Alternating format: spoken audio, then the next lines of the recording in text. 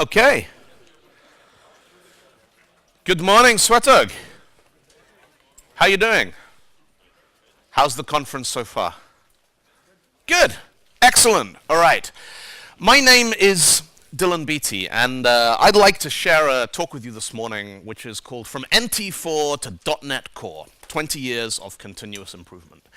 That is basically my career path as a .NET developer. Windows NT version 4. By show of hands, who's been doing this long enough they remember Windows NT4?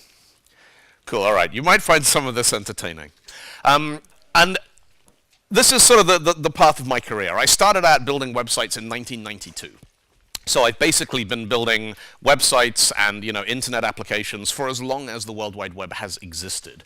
I remember HTML1 and HTML 1.1, and when there was this idea for something called CSS that people thought was never going to catch on, and when JavaScript was just a little glue language that you were supposed to use to glue your Java applets together, because that was how we were going to build the web, So I'm a Microsoft MVP. Thank you, Microsoft, for that. I run a .NET user group in London, where I'm based at the moment.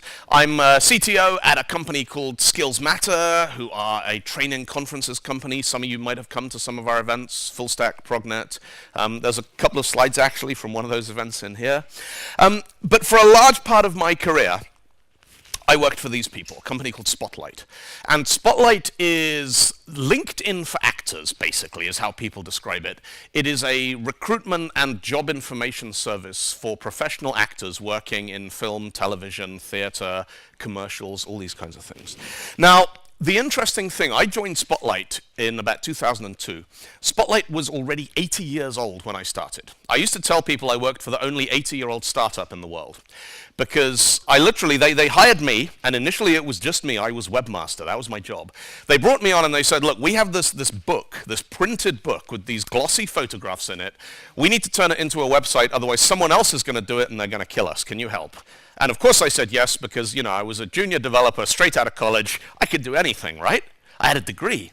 And so I learned a lot of things, and like most people, I've shipped some very good code and some very bad code at various points in my career. But the interesting thing, a lot of the stuff that I built for Spotlight, that sort of first generation, we're talking 2002, 2003, classic ASP, Microsoft SQL Server, quite a lot of that stuff is still running in production today, and it's still being used. And it's still being used to do things that all of you in this room will have seen. We use it to cast Game of Thrones, and Star Wars, and Doctor Who, and Sherlock, and Paddington. And so, all of these things that are out there in the real world that are selling movie tickets and people are buying them on Netflix, you dig deep enough, you're going to find legacy code at the back of that stack. And I think the same is true of almost all of the systems that exist in the world today, this idea of, this sort of legacy code. And so what I'm going to be sharing is some insights and perspectives from having had that experience of working for over 15 years on the same code base on the Microsoft ASP and then the .NET stack, and how sort of some of that fits into the way software is used in the world we live in. Now, this is an iPhone 1. Anyone tell me what year this thing was released? It's actually 2007 in the US, 2008 rest of the world. So almost, off by one era. Now, if you could find one of these today, it's basically useless. Because, the iPhone was incredible. It was revolutionary. We had all these different, you remember BlackBerries and things, and everyone going, you can't make a touchscreen phone. People don't want to type on a touchscreen. And so, no one even bothered to try. And, Apple came along and they went, actually, we think people don't want to type on a crappy touchscreen. If we give them a good touchscreen, it'll work. And they launched this, and everyone else goes, we need a touchscreen. Can we do this? And, this did things nobody had ever seen. Anyone remember the first time they saw pinch zoom? And you were just like, what did you just do? Did you just zoom by and of course, that's so obvious. And so this was an absolutely revolutionary, groundbreaking device. This is 2007. This is 11 years ago. And this cost about $1,000, give or take. 1,000 euros, that's what, about 9,000 Swedish krona. And if you could find one of these today, it would basically be useless. Let's say you could find one. You could get it to boot. You switched it on. None of the apps You can't install modern operating systems on this. Support was cut off years ago. So you would be running like a 10-year-old version of Facebook or Twitter. And when you boot those apps up, they just say endpoint not found.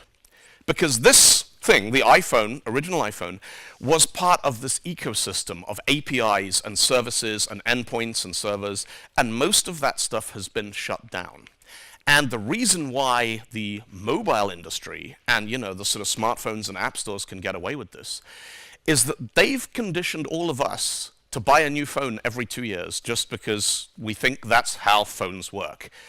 And because of that, there's a lot of stuff we don't question. After 2 years, your phone doesn't charge the battery so well anymore. Well, it's all right, it's probably time for an upgrade. After 2 years, you can't get the latest version of iOS or Android. That's all right, it's probably time for an upgrade. And they have enough money and enough kind of influence to do that. And so the mobile phone industry are like, everything over 5 years old is crap. Burn it down, throw it away, everyone's running the latest version anyway. Most of us do not have that option in the organizations we work in and the projects we work on. Imagine going into your team on Monday and saying, I've got a new plan, we're going to throw away all our code every 2 years. We'll just tell all of our customers, time for an upgrade. Go into the finance team, hey, new version, new operating system. We couldn't do that because the cost of rebuilding and re-implementing and refreshing everything 2 years would be absolutely prohibitive. So we run and we depend on these systems which are older than this thing. There is code running in production right now on Spotlight that I wrote in 2002, and they're still using it. And, if you went out in 2007 and you spent $1,000 on a washing machine or, an electric guitar or something, you'd probably still have it. It would probably still work. And so we're used to this idea that when you invest in something, it should last a long time. It's just somehow we don't think about software that way. We think about legacy code. And we think, there's this horrible idea, legacy code is bad, legacy code is horrible, we don't want to work on legacy code, we have to rewrite it, Why is it bad? It's legacy. What's legacy about it? Well, it's bad. And you're like, come on, let's dig a little deeper. So that's one of the other ideas that I'm sort of thinking about in here, is the code that was created along this journey from NT4 to .NET Core. What did it do? What are the kind of the lessons that we learned back when we built it in the first place?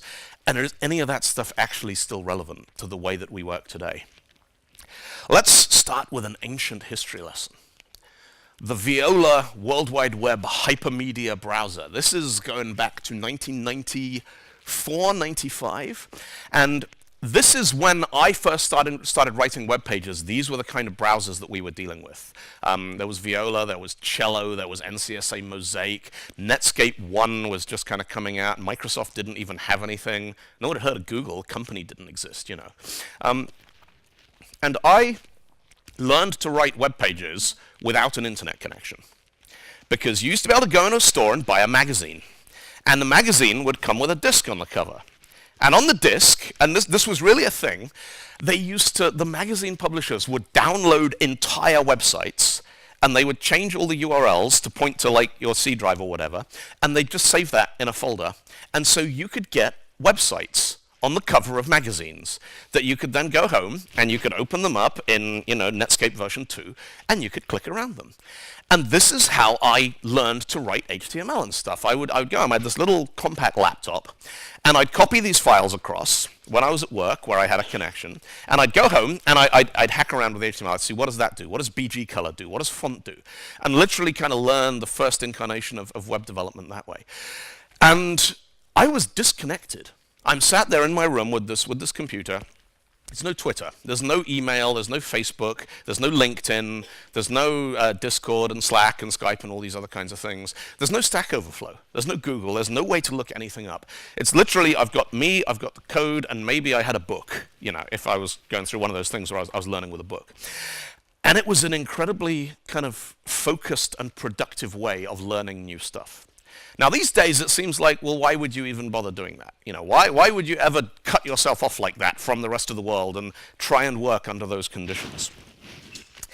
I spent a lot of time on airplanes. And airplanes, if you have just enough space, are actually quite a good place to get some work done.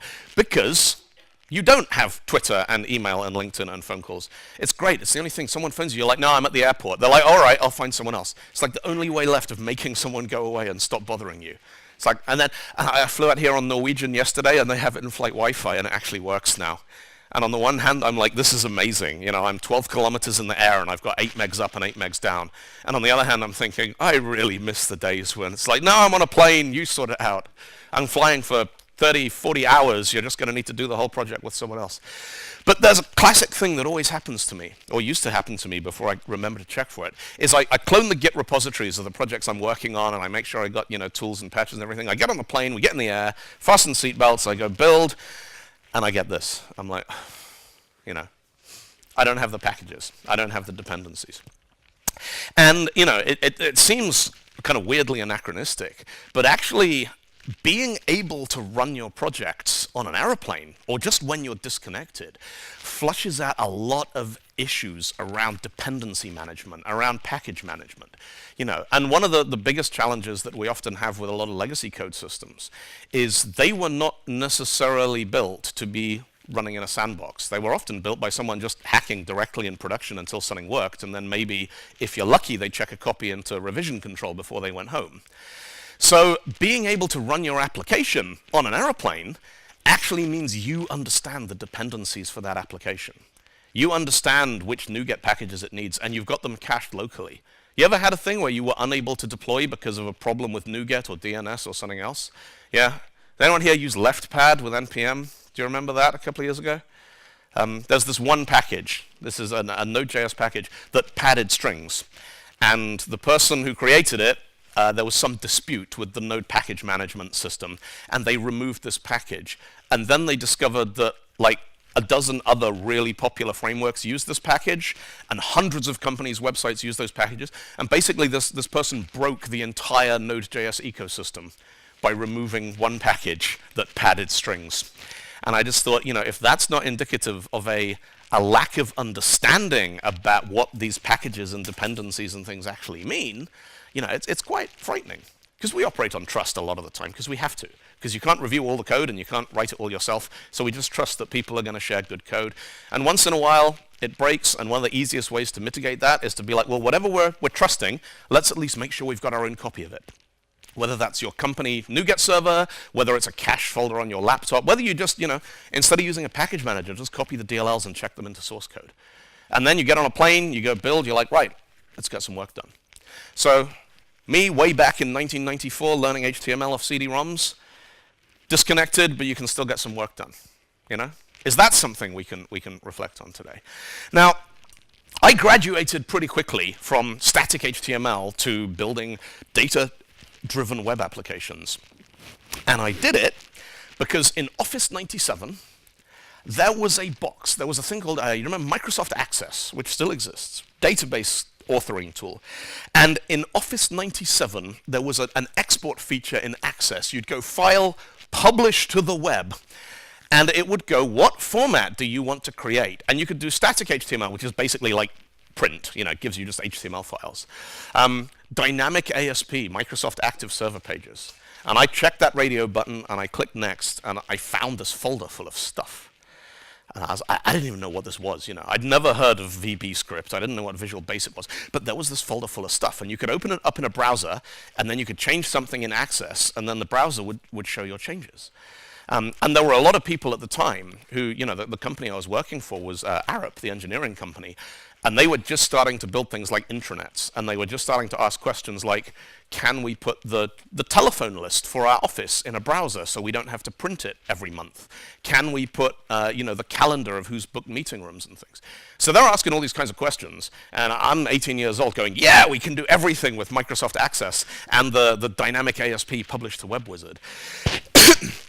And like, often happens with any kind of framework or authoring tool, it very quickly got to a point where if you wanted to make one little change, you had to rebuild and republish the entire project. And so I opened up Notepad, and I had a look at these .asp files. I was like, I think I understand what's going on here. I started poking around with it. And that's what got me into classic ASP. Now, like I said, classic ASP is something I worked with for a long time. And one of the things about that package, classic ASP, the runtime, had 5 objects. That was it. You had a request, you had a response, you had session, which you didn't use if you knew what was good for you, you had application, and you had server. And that was basically it. You could learn the entire platform in about one afternoon. It was like working with Duplo bricks. And there was those components were dumb. They did very, very little. They basically just exposed some rudimentary capabilities. And you could plug it into COM, which meant you could get database connections, and you could do things like file uploads and so on. But the kind of working model, when you looked at a specification or you had a meeting with a client, you were thinking, okay, we've only got 6 objects. How do we glue them together to build a system that does what these people have asked us to do?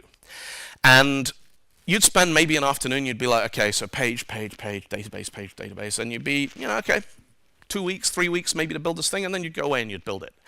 And the rate of progress, we did a lot of stuff by hand, writing database queries by hand and parsing results by hand and everything. But the rate of progress was relatively linear. Like you could do a 3-week project and halfway through, you'd be halfway through. And you'd just be kind of steadily making progress. Now, these days, if you look at and this is not even the latest one, this is the .NET Framework 3.5, I've spent entire afternoons digging through documentation because I need to throw an exception, and there might be one there that already does what I need. Now, there's a huge amount of power in something like the common language runtime, or the JVM and the Java base class library and stuff. But it's become increasingly difficult to be confident about what some unfamiliar project is going to do. Someone says, how long is it going to take? You're like, we don't know. I might go on to Stack Overflow this afternoon and find that there's an open source project that does exactly what we need, and it'll be up and running by 5 o'clock. Or I might go on a Stack Overflow and find there's an open source project that does exactly what we need, and this time next week we're going to discover it doesn't actually work properly. And there's a security vulnerability, or there's this edge case that doesn't work, or there's a weird quirk that only comes up when your packets are exactly 1023 bytes long. And because it's the same issue around dependency management. Because we increasingly rely on code contributed by, other people, other organizations, to deliver the things we're going to do, there's a lot more uncertainty around the stuff that we're doing. Now, one of the ways in which I noticed this, I was chatting to somebody in a bar about this a couple of days ago. It feels like 20 years ago, you used to be able to have a 1-hour meeting and then spend the rest of the week writing code. And that was what you did. And now it feels increasingly like you spend the whole week having meetings, and then on Friday afternoon, it takes you 1 hour to implement it. And I think that's actually not a bad thing. I think it is good that we spend more time communicating with stakeholders. Collaboration is much more emphasized. The role of ownership and sharing knowledge in software development is more important. But also, there's just a lot of stuff that we used to have to do to make a system work that does not exist anymore. A typical breakdown of a successful web project 15 or 20 years ago used to look like this. You would spend this much of your time worrying about business logic and user experience. That's kind of the app. That's the thing the client wants. You'd spend this much of it designing your database schema. You'd spend this much of it writing stored procedures so you could get data in and out, because stored procedures were all the rage. You'd spend this much time writing the code that plugged variables into columns and backwards and forwards, and then you'd spend this much time doing cross-browser testing. Test it on Internet Explorer, test it on Netscape, test it on Safari, test it on Internet Explorer 5 for the Mac, which nobody in the world uses except your client, because it was awful in those days. Now, we've moved beyond this. We've moved significantly beyond this. So let's say this is a breakdown of a project that took a month, okay? So nowadays, we don't really have to do cross-browser testing very much anymore. One, browsers are much more mature in terms of the level playing field that they expose. You can write dynamic HTML and JavaScript code, and most of the time, it just works. When it doesn't, we have tools like jQuery that exist to fill in the gaps. We have transpilers, and we have polyfills and all these solutions. So cross-browser testing is not really something that should factor into our plans very much anymore. So we can get rid of that one. We don't write data access code anymore. We have ORMs, right? You just go, wait, give me that table, and it does it. We have Rails, or we have NHibernate, or we have Entity Framework, or we have Dapper, so we don't use data access code. And because we don't use data access code, we don't have to write stored procedures, right? And because we can infer the structure of our databases from the models that exist in our code, we don't need to design a database schema, right? So in theory, we should be spending 100% of our development time focusing on the business logic and the user experience. And we should be shipping 4-week projects in 2 or 3 days. Yeah? Yeah? Yeah? Nah. And the reason for that is that people's expectation of what a web application is supposed to do, or any kind of interactive digital application is supposed to do, have just gone up and up and up and up and up. This was Amazon.com when it launched. This was the homepage of what became one of the most successful internet companies of all time. It looked like this. It was black courier on gray, and it had an image. You know, one image. And this worked, you know. There's a weird quirk from history I discovered recently. On my 16th birthday, Jeff Bezos put a post on Usenet saying, I need a C programmer, C++ programmer who knows about World Wide Web to help me build an online store. So that kind of fixes it. And on my 16th birthday, I was kind of looking around, what shall I do with the rest of my life? But I didn't have Usenet, so I never saw it. So, you know. But yeah, this is what Amazon.com looked like. And this was good enough because nobody had ever seen anything quite like this. When they wanted to go really, really sophisticated. Now, I love this because this website is still online today. This is Space Jam. This is what cutting-edge, you know, interactive web design used to look like. We had these little, I mean, you know, these are images that would do things when you hovered over them. And this was enough to impress people. And, you know, we started this cycle of building, you know, user experience improvements and sophisticated widgets. And a lot of the time, that's yielded some really, really good stuff. Like Google Maps today is just phenomenal in terms of, you know, innovation that would have been unimaginable 25 years ago. You can literally open a page and you can zoom from the street with the house where you were born, and you can see the house, and you can zoom right out, and you can scroll, you can pinch, you can find anything anywhere in the world, and it'll give you turn-by-turn directions to it. And that would not have been possible with the Space Jam level of interface, because we just did not have the tools for it. But a lot of the time, we don't need that degree of complexity and interactivity. Let us imagine that you have managed to get the script for season 8 of Game of Thrones, which is coming. You got the screenplay from somewhere. If you put that on the internet, like this, text on a gray background, do you think anyone is going to come along and go, I'm not reading this, it doesn't have AngularJS? You know, they're not. If you have content or a proposition, if your product is part of a user journey that is compelling, the format does not really matter. I had the best demonstration of this I've ever seen in the middle of last year. We have a big conference in London called Full Stack. Has anyone heard of Full Stack or been along to it? Node.js, JavaScript, Internet of Things, people who are all about, you know, building an open web and progressive web formats and open technology and protocols and stuff. And last year, Full Stack, the conference party was the night that England were in the quarterfinals of the World Cup. So this was the party. We got a big screen up in CodeNode where the party was. Everyone's sitting around having beers and stuff. And we got the World Cup match up on that big screen. So we've got maybe 40 or 50 people who are, you know, absolute open source, open standard evangelists, people who will get up on a stage and say, we need to protect the open web. Do you know what this screen is running? Flash. And all of these people are like, open web, oh, the football's only in Flash? Yeah, sod the open web, bring up the Flash. We want to see, you know, the content is compelling enough that they're like, actually, in this instance, we're not really fussed about the user experience. You know, and I suspect if they'd had to install it on their laptop, it might have been slightly different. But a lot of the time, you know, we have this amazing palette of tools and techniques and interactivity that we can use to deliver great user experience. But the great user experience isn't about how shiny or responsive the pages are or the application is. It's about the person going home at the end of the day and going, yeah, well, in this instance, England got knocked out of the World Cup, which wasn't a great user experience. But it wasn't because of Flash, I hope. Now, one of the other kind of interesting things about this whole idea of, you know, legacy code and everything is a lot of older systems that kind of stabilized. Once they've stabilized, they just keep going forever. I was on the team who migrated all of our classic ASP at Spotlight from on-premise to private cloud to Amazon Web Services. And I think at the moment they're actually, I'm not there anymore, but the team is there are working on containerizing some of this stuff. And to run classic ASP pages built in 2002 on Windows Server 2016, you tick this box and copy the file across. And literally that's it. You know, that platform stopped evolving because focus shifted. And so the code that was built with that platform It just runs. You literally copy the files across and it still works. Has anyone tried getting, like done the whole .NET Core 0.91, 1.0, 1.1, .NET Core 2, .NET Standard, Framework 4.5, but 4.6, but 4.7? You've gone through that whole cycle on a workstation in the last couple of years, and you get to a point where you've got 3 different projects and literally you can't run any of them today because something broke in the night and you don't know what it was. The other sort of thing that plays into all this is a lot of the time, so ASP.NET MVC version 1, we shipped code on that. MVC version 2, we shipped code on that.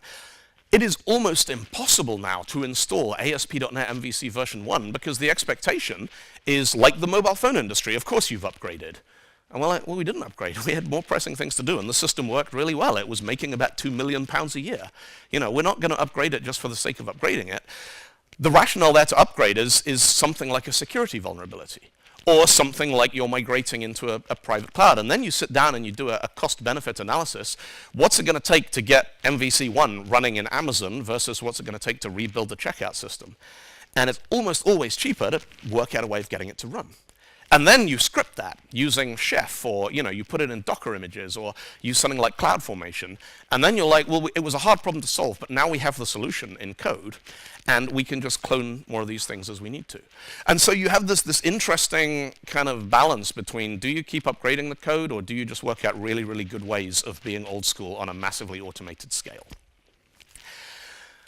Let's talk a little bit about .NET Core and the kind of proposition. Now, one of the things I loved about .NET Core 1, the kind of initial proposal for that, Microsoft came out with what I thought was a very bold and very kind of audacious thing. They said, we are going to build a cross-platform version of .NET that is really, really minimalist.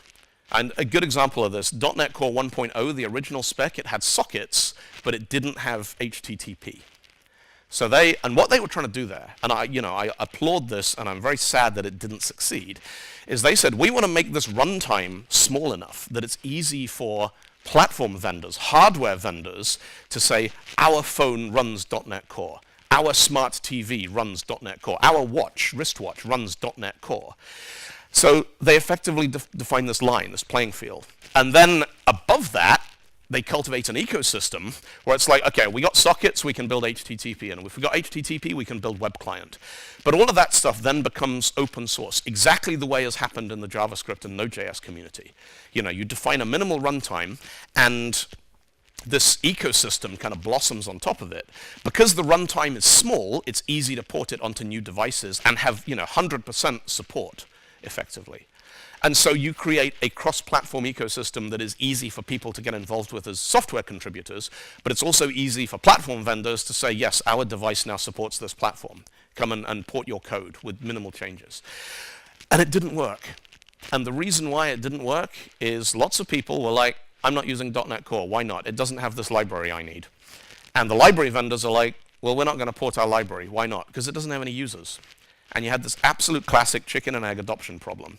And, I was watching this whole thing unfold. There was project.json, and then they were going back to CS proj files, and there were all of these different, competing ideas and things. And, it is what it is. Where we are now, they went, all right, well, .NET Core 2.0, clearly people are not going to get on board with this platform unless it has the tools and the frameworks and stuff that they're expecting it to use. And Microsoft's kind of driving factor in all this is, it's a great quote from Scott Hanselman. He's like, Microsoft wants your for loop. That's all they want. The future of Microsoft as a revenue-generating organization is Azure. They want you running your code on Azure. They don't care what you write it in. They don't care what tools you use to build it. You want to use Visual Studio? Brilliant. You want to use Visual Studio Code, JetBrains Rider, Vim, Emacs, Node.js, PHP? They don't care. Azure is where the proposition is. Because cloud is this fantastically compelling idea for software as a revenue stream. Because if you've got no users, it doesn't cost you anything, but you're not making any money. And if your business model works, as you get more users, you make more revenue, you give more of it to them. And so their revenue as a platform. It's the same model that Google and Amazon and stuff are promoting. But in Microsoft's case, they're focusing on that really, really heavily. And so they're like, all right, if people need everything in .NET Core, if that's what it takes to bring them in and make them part of the Microsoft platform ecosystem, they can have it. And so that's where this whole thinking around .NET Core and then the .NET Standard specification and stuff came from, is still about creating a level playing field that makes it easy to build code that will run across multiple devices. It's just they've moved that line a lot higher. It's not a minimalist thing with a big open source ecosystem. The bar is now a very, very comprehensive runtime framework. In December last year, they announced that even things like WinForms and WPF, the Windows Presentation Foundation, are going to be open sourced. They're only going to run on Windows because they're so tightly coupled to the way the Windows kernel and the windowing, GDI interfaces work, but they are going to be open source, so if you have a bug in a legacy system that's a WPF thing, you're going to be able to fork WPF and fix that bug just for you and your company and keep on running it, which is, I don't know if that's a good thing or a bad thing, but certainly it's something that would not have been possible 10, 15 years ago. The idea of saying, oh, don't worry, we'll get the code from Microsoft and we'll fix their bug and then we'll just run our own version of that. No one would have believed that, But now this thing is eminently possible.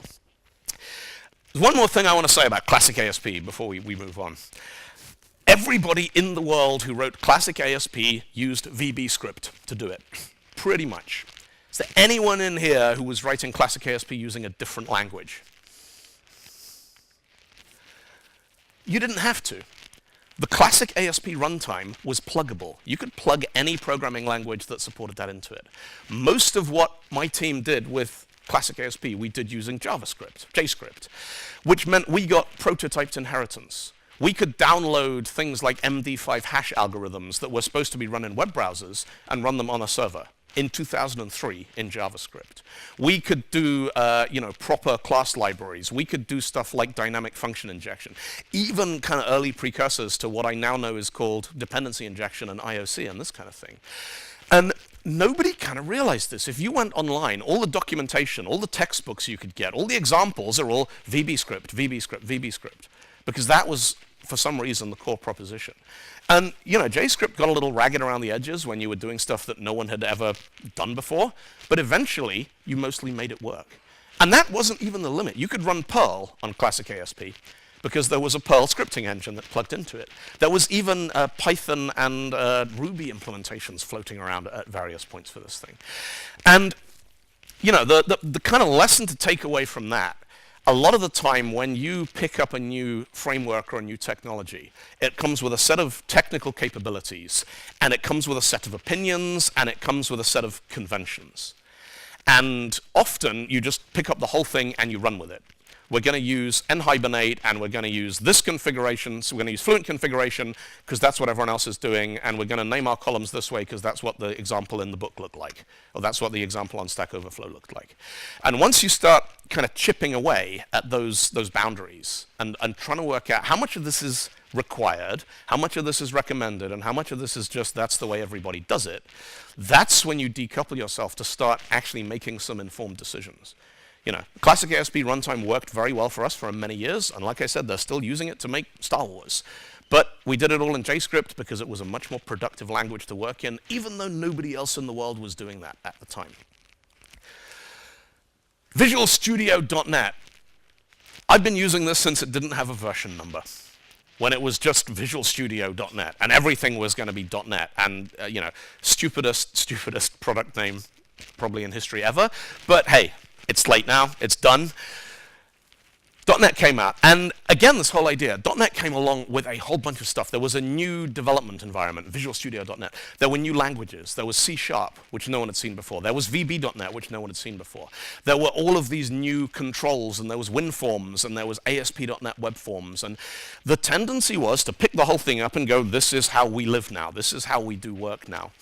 And one of the first things that you would come across was this. Form runat equals server, ASP.NET Web Forms. I did not like web forms, and I still don't. Web forms broke the underlying abstractions of the World Wide Web in a way that I just found horrible to work with. Now, this is subjective. This is my opinion about it. And I know a lot of people who built really, really good, mature products using ASP.NET Web Forms.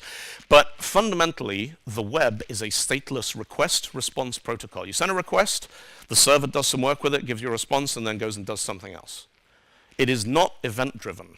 The idea on the web that an on-click event on your browser directly triggers some stateful code on a server on the other side of the world runs absolutely against every engineering principle that Tim Berners-Lee put in when the World Wide Web was initially created. Now, the thing about web forms, and the thing that crops up frequently when we think about technological solutions, is trying to understand the problem they were really trying to solve when they invented it. Microsoft's problem was not how do we build websites. Microsoft's problem was how do we sell web development to VB programmers? Because PHP and Linux and Perl and MySQL were looming on the horizon, and at the time, development tools was a massive revenue stream for Microsoft. They sold software. And it doesn't take a lot of imagination to think, well, hang on, if all the people who are using Visual Basic to build desktop applications realize the future is web, and they jump, and they're prepared to go through a really steep training curve, like learning curve in order to do this, they're all going to learn PHP. And they're all going to learn Perl, and they're going to learn CGI, they're going to learn Linux, and one, we've lost all our VB revenue. Two, they're not going to be running on Windows anymore, so we've lost all our Windows revenue. Three, they're going to build systems that run in a web browser, so our big corporate clients are going to be like, well, we don't even need Windows on desktops, we just need something that runs a browser. We can do Linux, we can do web TV, if anyone remembers that. Network computers, disconnected appliances, all this kind of stuff. And so,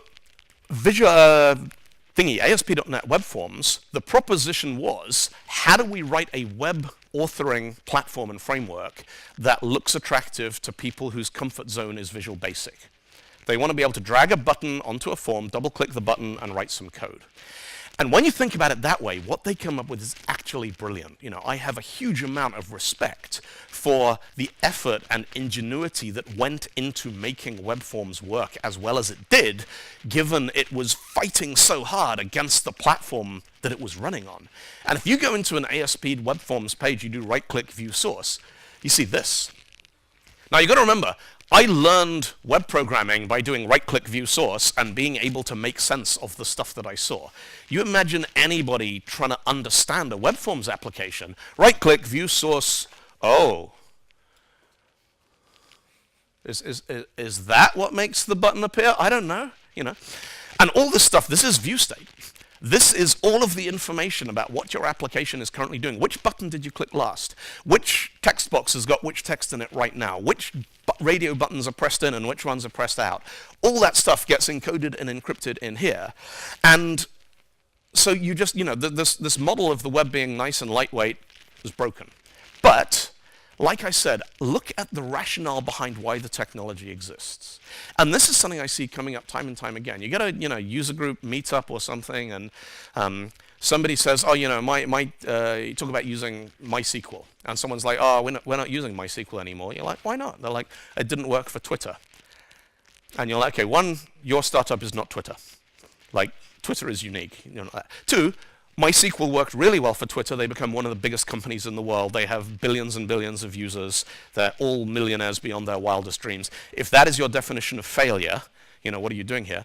And three, how have you reached this conclusion? What is it about looking at them that makes you think MySQL is the wrong solution for your problem? The same thing comes up, a lot of people now, when they're building web applications, their first thing is, right, I need this, I need that, I need jQuery, I need Angular. jQuery was invented because every web browser was different. jQuery's proposition, the reason why it was invented in the first place, was just to give us consistent behavior between down-level, Internet Explorer 7, Firefox, Google Chrome, when browsers still had these idiosyncrasies. Most browsers, for a start, most browsers now are just WebKit. They've kind of, WebKit or the Chrome rendering engine. Most of them have given up running anything else under the hood. Even Microsoft have now said they're no longer going to be running their own browser rendering engine because it's just not competitive. But also, the ones that do exist, they play very, very well with the standards. The specifications exist. You reach for jQuery, you think, hang on a second. I need to make an AJAX call, get a result back, and put it in this text box? Do I need to install jQuery in order to do that and bring in all of the attendant baggage that comes with it? And sometimes the answer is yes. And sometimes the answer is actually, we need Angular, we need React, we need something that gives us a testable model view controller type framework running inside our client application. And there may be good reasons for that. But a lot of the time, we fall back on either recommendations. Why are you doing this? Oh, they do it at Netflix. Okay, you're not Netflix. You're not Twitter. You're not Facebook. And a lot of these things, you see technology coming out of big, big companies. You're like, that company, so was it React came out of Facebook? And Facebook has an entire team whose job is to help the people who find a problem with React. Your company does not have an entire team whose job is to help people who find problems with React. Facebook find a problem with it. They go down the hall and they go, hey, this doesn't work, and they'll have a fix by the end of the day. If you find a problem with it, I wonder if anyone else has got this problem, Because, like I said, there is this tendency when we pick up a piece of technology to try and use all the bits of it. You use the features that come at the box, you use all the stuff you've seen on Stack Overflow, and it's partly driven by us wanting to be able to stand up at an event like this and go, oh yeah, we're doing Redis, and we're doing Vue.js, and we're doing this, and we're doing that, and all this stuff. But actually, be more selective in what you do. Look at how you cherry pick elements of this. All the things will eventually come back to bite you. Now, there was a sort of, I don't like to use the word backlash, but there were a lot of people in the sort of aftermath of that first wave of .NET who looked at it and were like, there's good stuff here, but we don't like all of it. There is C#, looks like a very good language, but this web forms thing, we're not sure about that at all. Visual Studio clearly works pretty well. Microsoft SQL Server is a great product. Stored procedures, really? Are we still doing those? And this kind of coalesced into a movement, which became known as alt.NET. And alt.NET, I think, was a very, very successful movement, and then it got a lot of people all over the world to start having a certain kind of conversation for a few years. It made a lot of changes. It sort of sowed the seed for a lot of very, very long-term things. And one of the sort of founding principles of alt.NET was, can we use elements of these things selectively? How many of you have worked with frameworks where it's like, derive all your business classes from our base class, and then that's how you get your save and your load and your concurrency control and that kind of thing? Oh, you need this line of script in every one of your web pages, otherwise this stuff won't work. And this is where we get into this idea of frameworks and libraries and modules and things. And to me, the definition is a library or a module is something you can just plug in to do one thing. You don't need the whole thing. You can literally cherry pick one piece of behavior from that. And alt.NET was kind of this ethos taken to a huge extreme. It was looking at the whole .NET ecosystem that existed and saying, we don't want to use all of it. We are going to take C#, which we like, and we are going to take Visual Studio, which we like, and we are going to build our own tools on top of that. We are going to port JUnit, and that's where we got NUnit from, because we think test-driven development is a big gap in this ecosystem. We are going to port Hibernate and call that nhibernate. And there was kind of a point, we sort of joke about it, the day when .NET matured was when it stopped nicking stuff from Java and started nicking stuff from Ruby, because it's like dynamic typing. There are occasional points where this could be useful. Patterns like active record, code injection, tools like Dapper, and being able to use anonymous types and things. But it is this philosophy of you don't want to have to use the whole thing. Any framework that says it's our way or the highway, you do this our way or you don't do it at all. If you're doing exactly what they want you to do, which happens more often than you'd think, then fine. The best example of this I can think of is Ruby on Rails. If you're building the kind of applications that Ruby on Rails was designed for, it's a very, very fast, productive ecosystem. I've seen people who know it well do stuff that just blows me away. The second you want to do something different, it's like, okay, well now we're starting to have to plug in and override and move away from things. And if you want to do something dramatically different, you're like, our entire platform is running on a single-threaded execution model which has no asynchronous processing capability unless we park things in queues and come back to them later. So there's a kind of hard boundary where once you get beyond that, you're going to find yourself in a lot of difficulty. It's not just the questions themselves are still relevant. One of the things I said at the beginning, we take it for granted that the software industry moves incredibly fast.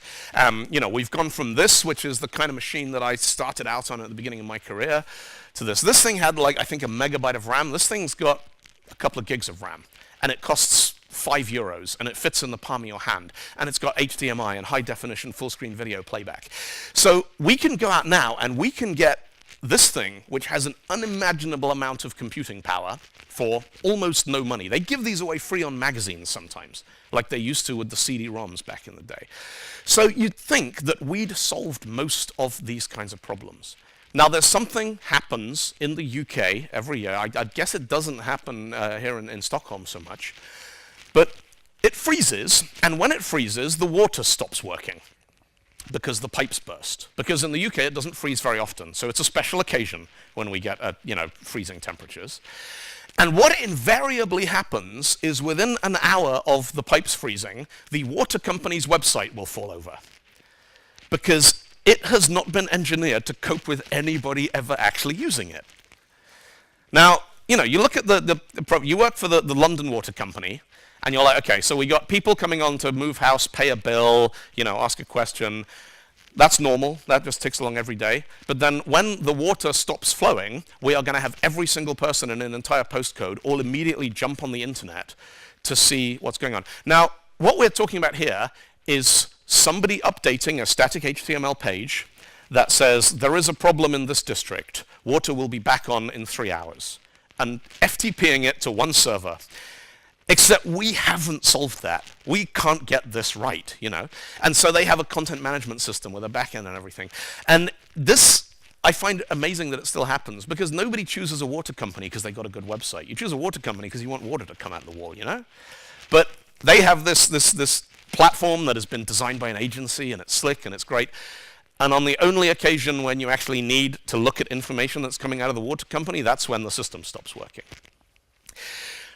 There's one more detail that I kind of want to touch on to leave you with at the end of today, which is about the journey that we go on as developers and the value that exists at the steps of that journey. When I started programming, this was basically my revision control system. I had these floppy disks, and I would write Dylan's basic program on it. And then I would load it up and I would copy it onto another disk. And that's how I did branching and forking and merging. You'd print one of them out, and then you'd sit there and you'd type in the bits you wanted into the other program where you'd fix the problem. And then I went to university, and I learned CVS, the concurrent versioning system. I did not learn it to revision control the software I was building. I learned it because I had to pass an exam in it. And this is, I think, a sort of oversight of the way we do education. I have whole other talks about this thing. But I was at university for 3 years, and they could have put all of the code I wrote in that 3 years in a revision control system and got me to actually use it for real. But I didn't. I used CVS for 3 months when I was a first-year undergraduate to pass this exam, computer science revision control systems, and then I didn't use revision control again because I didn't really understand what problem it solved. Because this was just me on my own writing little programs and handing them in to pass the next exam and progress to the next level of university. And then I started using Beyond Compare to do deployments to production. Because now Beyond Compare is just a file comparison tool. This is what you're running on localhost. This is what's running on the live server right now. And you'd be like, yeah, ship that one, ship that one, ship that one, and go home. And this scaled for me to the point where we had 3 people using Beyond Compare to do, you'd get in the morning, you'd sync the live web server down to your workstation, you'd edit your VB script and your JScript files happily all day, and then you'd sync it back up to the live server. And it was a workflow that worked for us. Everyone understood how it worked. Eventually, this stopped scaling. We graduated to Subversion. We got very, very good at Subversion. We got to the point where we could do branches and merges, and we knew how to fix something called a tree conflict, which if anyone remembers what a tree conflict was, you'll be like, that was when you basically give up and start again. And then, we graduated to using GitHub. And one of the interesting things that I see in software development now is people whose first experience of coding is collaborative.